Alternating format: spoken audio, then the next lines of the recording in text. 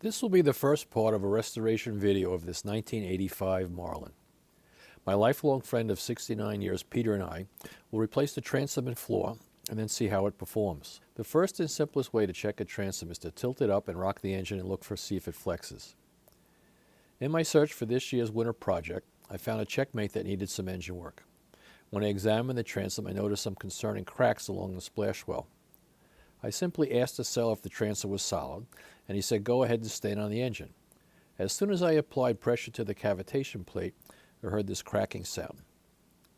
My personal philosophy is I never lose, but I always learn. In this case, I liked the prop on the engine and bought the stainless steel propeller for $100. Is the transom solid? Go ahead and stand on the engine. All right. It's rock solid. Oh, no you way. You gotta be kidding. Here is this year's winter project. The last owner said the floor was shot, but the transom should be good. It is so much easier to replace the floor than a transom. This will be our fifth project. The last four had soft floors, and they also needed the transom and stringers replaced.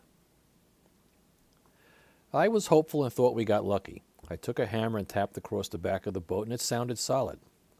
I then used one of my sharp dental instruments to probe the bolt holes. I could see there was some yellow plywood, but it also was a little sticky. I also noticed a slight separation of the transom edge from the splash well. After sleeping on it, I decided to try my dowel sample technique. I already registered the boat, and my plan was to rig it with a 200 horsepower Black Max outboard. I needed to make sure the transom could take the Mercury 200, but I also wouldn't want it to break apart at 60 miles an hour. My dowel technique is to drill a hole in a typical spot that rots on the transom.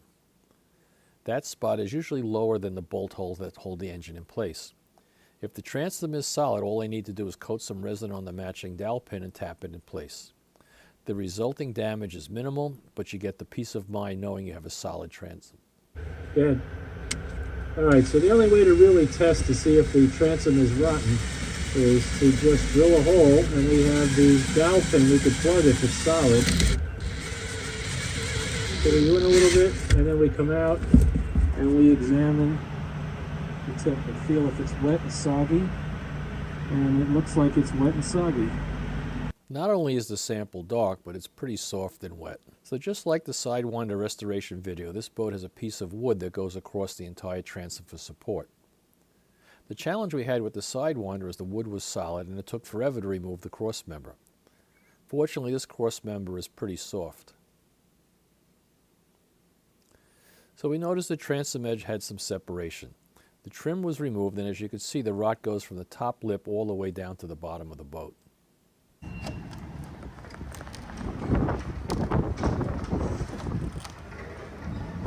Yeah, it's pretty much shot. Yeah, we'll do it the same as the Glastron. Our last transom was a Glastron, and we cut the top of the transom off to check and remove the old wood. Since this one's really bad, we will restore this transom from the top and inside, since the gel coat doesn't have any cracks. Since the floor had some give to it and the transom was destroyed, we quickly just cut up the existing floor using a circular saw to speed up the removal process.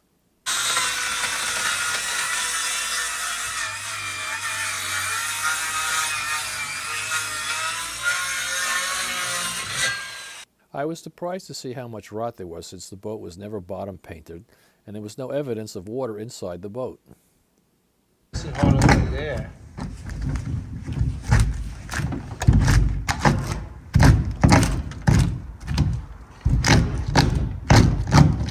With a fresh blade in our electric chainsaw, the old wood was easily cut out.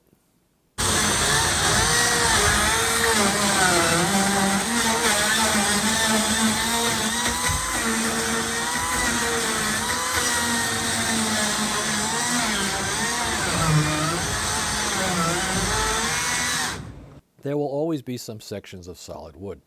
That's why on sounding it sounded solid. Here you can see how deep the chainsaw penetrates without damaging the gel coat layer. Unfortunately, the rot gets worse as you get closer to the bottom of the boat, and the remainder can be easily removed with a 3-in-1 oscillating utility tool.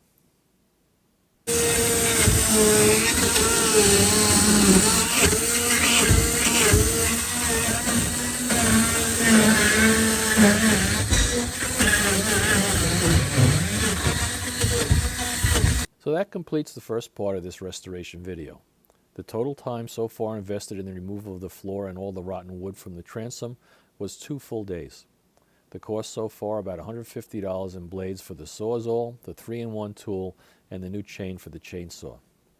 I hope you've enjoyed watching this video.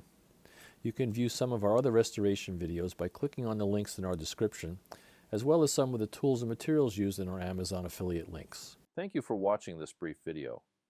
Please click on the like button, subscribe to my channel, and feel free to leave a comment. I usually respond to comments in 24 to 48 hours. Have a great day today and every day.